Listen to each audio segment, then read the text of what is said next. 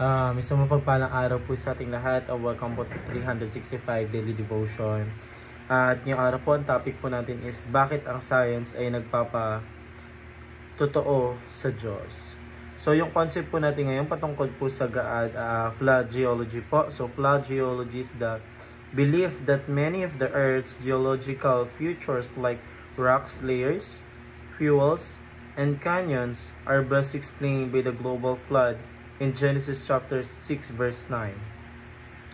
This view affirms that the flood was not just a local event, but a real, historical, worldwide judgment of God that dramatically reshaped the earth. It stands in contrast to evolutionary geology, which suggests slow processes over millions of years. So, ngayon po tayo po dumako sa ating Bible verse po na matatagpuan po sa Genesis chapter 7 verse 11 to 12. Ito po sabi po sa English po, in the 600th years of Noah's life, on the 7th day of the second month, on that day all the springs of the great deep burst forth, and the floodgates of the heavens were opened, and rain fell on the earth 40 days and 40 nights. Nang po sabi sa Tagalog, si Noah ay 600 taong gulang na noong ika-17 araw ng ika-2 buwan, nabuksan ang lahat ng bukal sa ilalim ng lupa, nabuksan din ang mga bintana ng langit.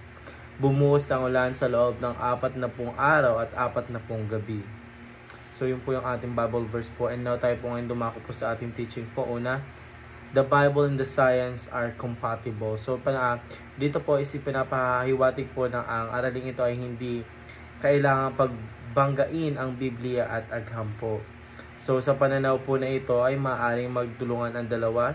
Ito po ay maaaring magkaroon po ng connective po na nagbibigay po paliwanag po sa mga kaganapan po dito po sa mundo po. So halimbawa po yung sinabi po ng ilang pong pananampalataya na ang mga fossils records ay geological layers ay maaaring ipaliwanag sa pamamagitan ng mga kaganapang nakasulat sa Biblia, gaya ng global flood sa panahon ni Noah po.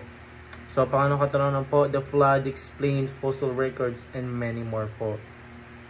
So, sabi po dito is ipinapalagay dito muna ang mga malalaking extinction event na nakikita po sa fossil records ay ito po isa po sa mga ebidensya po ng isang pandaigdigang bahapos na inilarawan po sa aklat ng Genesis. So, ayon po sa pananaw na ito po, ang mga fossils po ay naipon hindi sa mahabang panahon, kundi sa mabilis at marahas na kaganapan gaya po ng baha.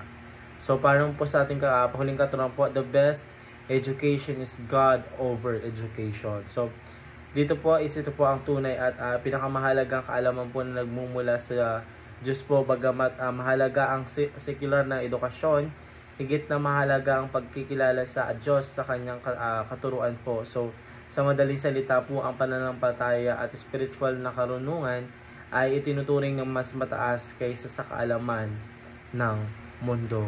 So, yun naman po para sa araw na ito. Maraming salamat po sa pakikinig and see you po ulit bukas para po sa aking daily devotion.